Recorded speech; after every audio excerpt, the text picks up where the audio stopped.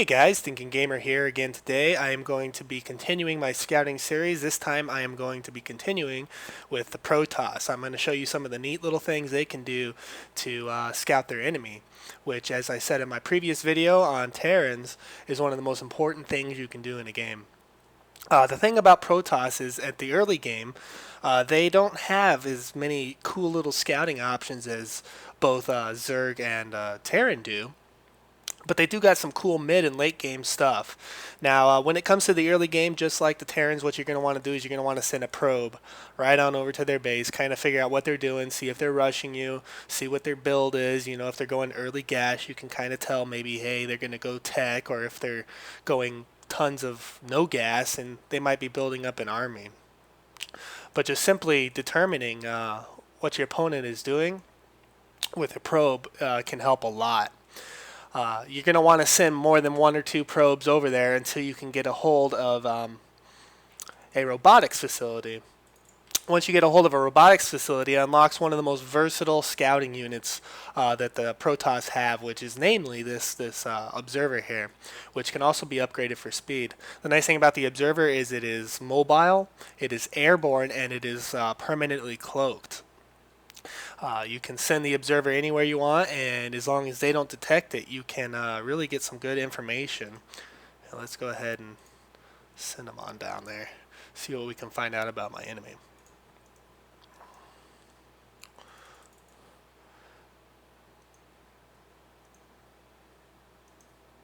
As you can see, you can get all kinds of information. You can just usually sometimes park them there the entire game if your opponent isn't paying attention to what's in his base.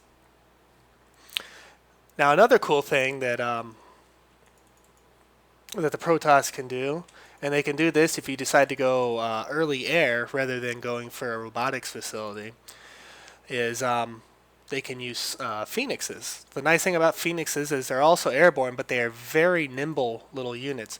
They can move very quickly, so they can get off a good scout on an enemy long before they can even respond.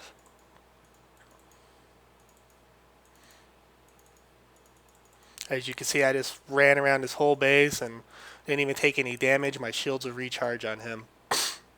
If you don't have access to a phoenix, or you don't have a gate right away, one thing you can do, and I recommend, is research hallucinate on your little sentries here.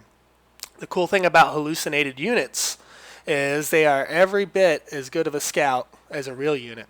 A hallucinated phoenix can come down here, and it can scout out the enemy base just as good as anything else can.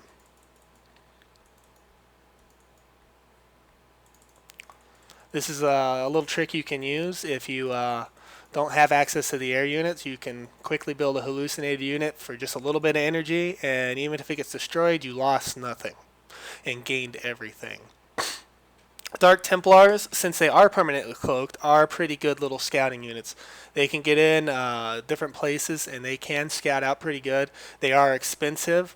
I prefer to use them as mobile or as stationary scouts. I'll put them somewhere on the map and let them just sit there so I can see if an enemy's passing by.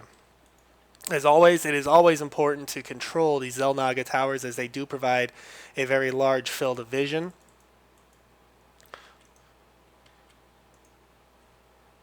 And that's about it as far as Protoss. Oh, I'm sorry. That is not about it.